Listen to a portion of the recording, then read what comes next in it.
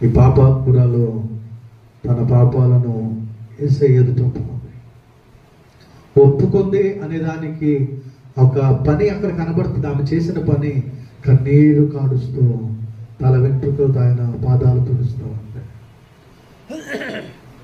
యేసయ్య పాదాల చెంత మనకి పాప క్షమాపణ.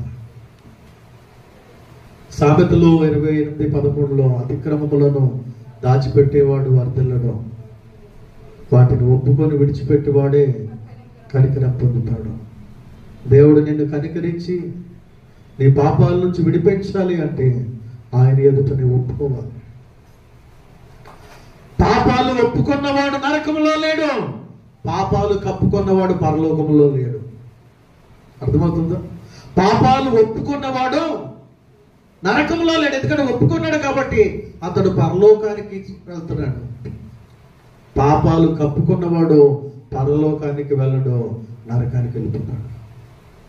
1 యోహాను 1:9 మన పాపములను మనము ఒప్పుకొనిన ఎడల ఆయన నమ్మదగిన వాడు, నీతిమంతుడు గనుక సమస్త దుర్నీతి నుండి, సమస్తమైనటువంటి కల్మషాల నుండి, సమస్తమైన పాపముల నుండి ఆయన మనలను విమోచించేటువంటి దేవుడు. హల్లెలూయా, హల్లెలూయా.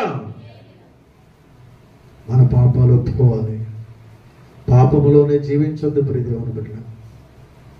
ఒకవేళ ఎవరికి తెలియదని ఇంకా పాపంలో ఆనందిస్తున్నావేమో, పాపంలో సంతోషిస్తున్నావేమో, దేవునికి వ్యతిరేకమైనటువంటి పనులు చేస్తా ఉన్నావేమో, జాగ్రత్త. నువ్వు చేసిన పనిని బట్టి ప్రతిఫలం ఇచ్చే దేవుడు ఆయన.